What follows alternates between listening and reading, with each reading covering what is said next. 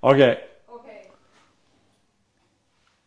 Hello everyone, we're live from Lindsborg, and today we're in a great little spot that some of you know about, but for many people it's kind of a hidden away little place. We're at the Red Barn Studio Museum, and today I am actually going to let you meet one of the artists in residence that has a long history here.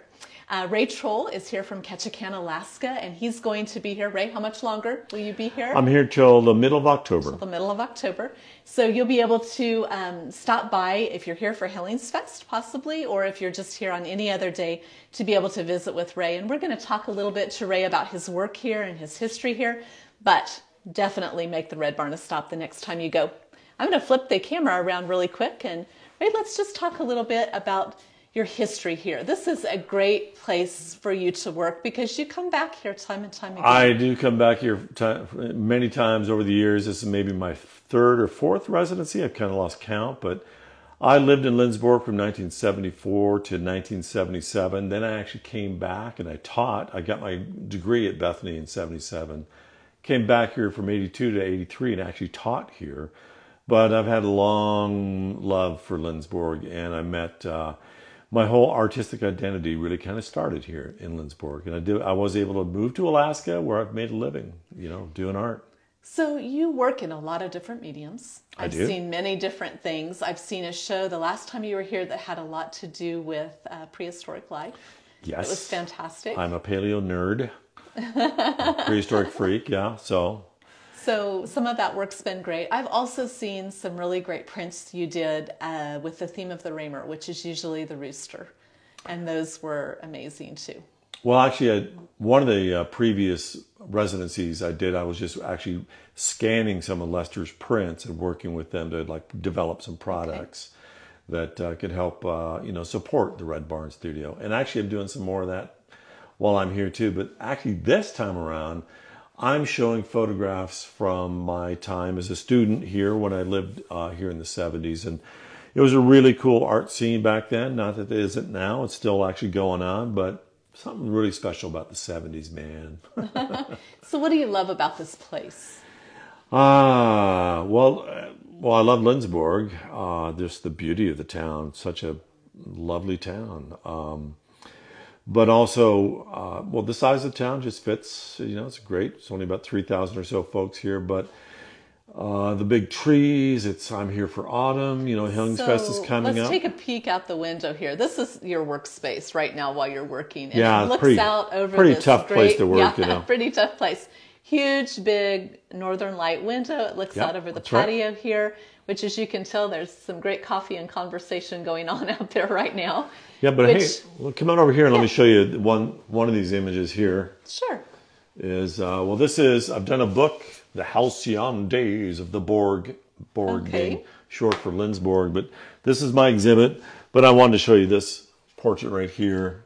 Because that is Lester Raymer himself. Yes. And I would come here when I was a student, and Lester was a working artist, and I wanted to be a working artist too. And one day I came down here with a friend of mine, and we were on a mission to find out the secret from Lester. What was the secret to becoming a successful working artist? And you know what Lester said? What did he say? Lester said, stay in one place. Really? Yeah. So Lester stayed here in Lindsborg. He built this studio with his own hands. Everything about it, just about, everything. Lester did all the brickwork. He built this place. He did all the sculptures, the ironwork, the tapestries, everything, paintings. But basically, that was his.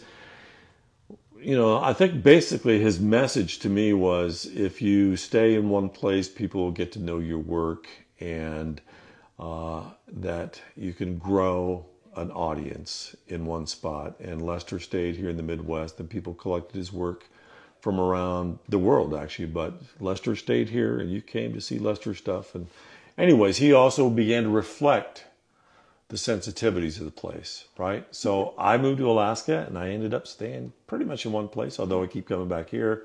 I love it so much. I was going to say, even though you might be staying in Alaska, yeah, I would venture to but say as that they you're say, well known here too. you can take the boy out of Kansas, but never the Kansas out of the boy, or female, or whatever you like. But yeah, I just love the, like I said, the Midwest, the big sunshine. You guys have sunshine here. In Alaska, not so much. Yeah. But so what are you going to be working on while you're here? Do you have a project you're working on? well, I am. Actually, I've done a lot of natural history artwork over the years, and we wrote the grant. Actually, we did do a grant to the Kansas Arts Commission, and that's what helped fund this exhibit to bring me here and to do these prints. These prints are going to be left behind. It's kind of a little legacy. Sadly, a lot of the people, too many of the people in these pictures are deceased, so it is kind of a record. But I'm also talking in the schools, and so I'm going to be talking in the high school about, you're making a career as an artist. I'm going to talk at the college as well, doing a public presentation of that. But also really want to kind of give back to this little town. And I'm going to go to the elementary schools and talk about cool stuff like dinosaurs and sharks. Which makes art interesting. Yeah, they're very, they're kind of, the showbiz angle of things. Every kid loves dinosaurs and sharks and that kind of stuff. And being creative is such an important being creative. And this is a very creative town. It's always been supportive of the arts. And, I learned that you can make a living from the arts, and I learned that you can thrive on the arts. And I've taken that message out to the world. So if people were to stop here, what hours are you typically here during the week? I work those artist hours, Catch me if you can. No, actually, I'm pretty religious, as they say, about being here pretty much 9 to 5. So gone at lunch. And you welcome people to stop in. You can stop in while I'm here, but also mask up. Too. We're asking that people wear masks when they come in this place, vaccinated or unvaccinated, just to be on the safe side. But please come see the show. Happy to visit with you. I've also got a website. Just Google my name, Ray Troll. You'll find it, but trollart.com.